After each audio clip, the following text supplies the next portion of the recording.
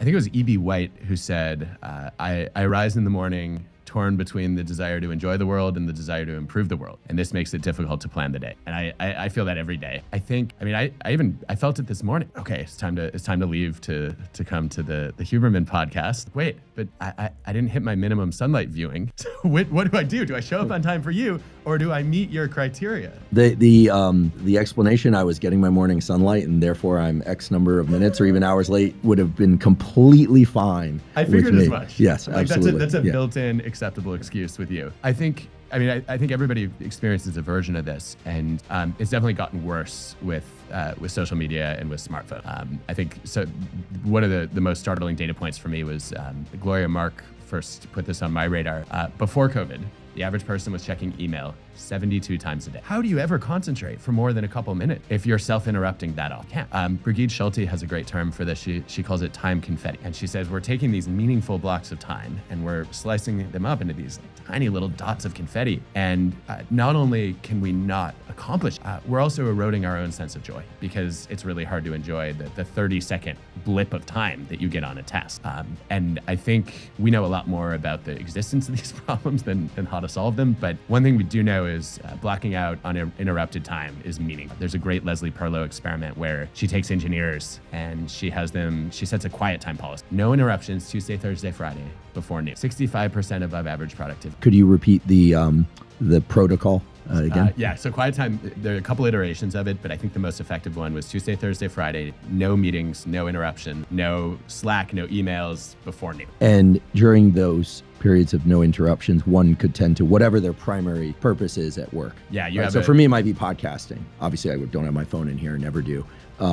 But it doesn't mean no interaction with anyone else. It just means focusing on the major tasks. The task, exactly. And you come in with a clear sense of priority and purpose. And I don't think there's anything magical about Tuesday, Thursday, Friday before noon. It's just the idea of setting a boundary and collectively committing that seems to be important. And I think, when I think about this, I'd be really curious about your take on chronotypes here, because I think one thing I've learned in the last couple of years is that if you're a morning person, you do your best analytical and creative thinking in the morning. And so the quiet time block would work very well for me as a morning person. If you're a night owl, you probably want that block in the late afternoon. And I was encouraged, there was some evidence during COVID that people have their best meetings right after, that they're something like 30% less likely to multitask in an after lunch meeting. And I guess, you could probably unpack the food coma, getting re-energized by other people. But it's led me to wonder if we should all be protecting the first few hours and the last few hours of the day for deep work, and then doing our core meetings and interactions and kind of off-task activities in the middle. What do you think about that as a sequence? Yeah, well, I have a lot of questions about this for you, but I love that sequence. It certainly fits with my natural rhythms. I think there's ample evidence to support the fact that provided one is sleeping well at night and is on a more or less a standard schedule. When I say standard, I mean going to bed somewhere between, let's say, 9:30 and 11:30 p.m., waking up sometime between, let's say, 6 a.m. and 8 a.m., maybe 5:30 to 7:30, something like that. So not highly unusual night owl or super early bird.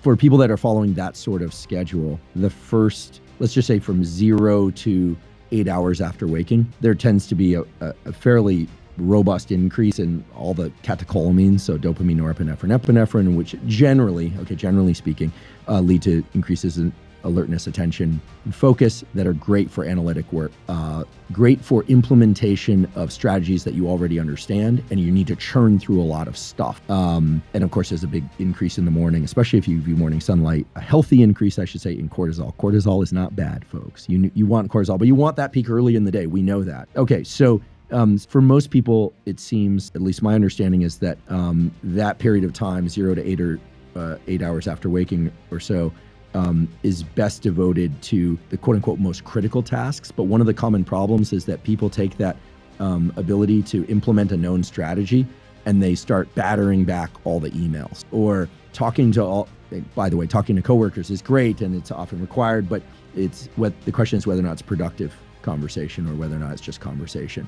And we tend to have a lot of energy early in the day. And I'm obsessed with the idea of neural energy as opposed to just caloric energy.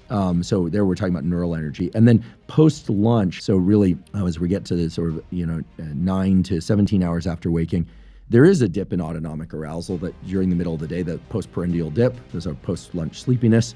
That can be partially offset by delaying your morning caffeine a bit if you have the afternoon crash. But it's interesting that you know that more productive meetings and less task switching and distraction occurred in meetings set after lunch, because that makes me think that perhaps being a little bit less alert is going to lend itself to more focus. And indeed, that's the sort of optimal state: relaxed but focused. You're not sleepy, but you also don't have so much intrinsic energy that you're tending to a bunch of things. Because I think a lot of people do feel that way. And I'm drinking double espresso right now, late morning, and I can sit still, but I think certain Zoom meetings, how do I say this? I don't want to offend any of my colleagues. I mean, they are boring enough. They are not content rich enough to grab all my attention. And nowadays, of course, there are multiple screens. Typically, I've got 2 phones and a computer, and you have to really spend some work to flip over those phones while I'm on a Zoom and things like that. Maybe what were you saying? So it's maybe the reduction in autonomic arousal that supports what you just described, but I don't know. My thinking. My understanding rather was that creative work and kind of brainstorming was best accomplished in the late afternoon.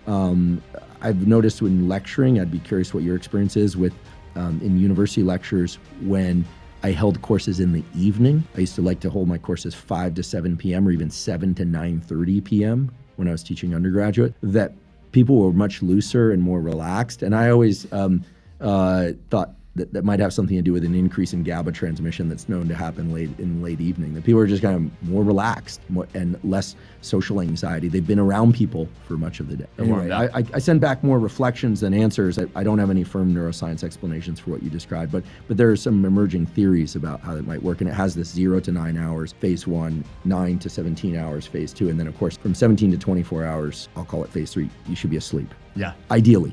Well, I think there's a confound in your teaching experience, which is undergrads often sleep in until noon, or True. They might be up until 4 a.m. Or at least 10 a.m. seems to be a typical rise time for the undergrad. So a morning class might be too early for them to be fully awake, but there's some brand new evidence that at least on creativity at work, I read a series of 3 studies recently showing that early birds actually did do more creative work in the morning. And in part, I think again, I don't think any neuroscientist has touched the mechanisms on this yet, but in terms of the psychological processes, early on, there seems to be a benefit of the energy level. And some of that energy leads to more divergent thinking. And later, if you're a morning person, you might lose the ability to diverge quite as much, and so you end up in a more conventional space of thought. Does that track at all with your understanding of how it might play out in the brain? My understanding is it would be a little bit it would be individual, but there is something to these liminal states between sleep and waking. So maybe we can wrap a convenient bow around what I said and what you just said, which is that we know that in the transition states into and out of sleep, and it doesn't necessarily have to be within the first half hour in and out of sleep, that there seems to be more divergent thinking, or at least activation of neural networks that are not as constrained as one observes when they're in a sheer task and strategy implementation mode. Sometimes we don't realize how far we've come until we stop and look back. The struggles, the sleepless nights, the small victories no one noticed, they all added up piece by piece to bring you right here to this moment. And maybe today's video reminded you of something familiar, a dream you're still chasing, a mistake you've made, or a lesson that life tried to teach you in the hardest way possible. We all fall, we all fail, and we all have days when we don't see the point anymore. But somehow, we keep going. Because deep down, there's a small voice that whispers, "This can't be the end." Life isn't about being perfect. It's about learning, unlearning, breaking, and rebuilding again and again. Maybe that's what growth really means. Not racing ahead, not proving something to the world, but finding peace with where you are, and still having the courage to move one step further. If this video made you pause, even for a second, take that as a sign to breathe, to think, to feel. Drop a comment below and share what this moment meant to you. I'd love to hear your thoughts, because your story matters too. And if you found a little light here today, don't forget to hit the like button. It helps more than you know. Subscribe to stay connected, because every story we share here carries one reminder. You're not alone, and your journey still has chapters waiting to be written. Until next time, take care of your heart, your dreams, and your fire. Keep going, slowly, quietly, but with purpose. You're doing better than you think.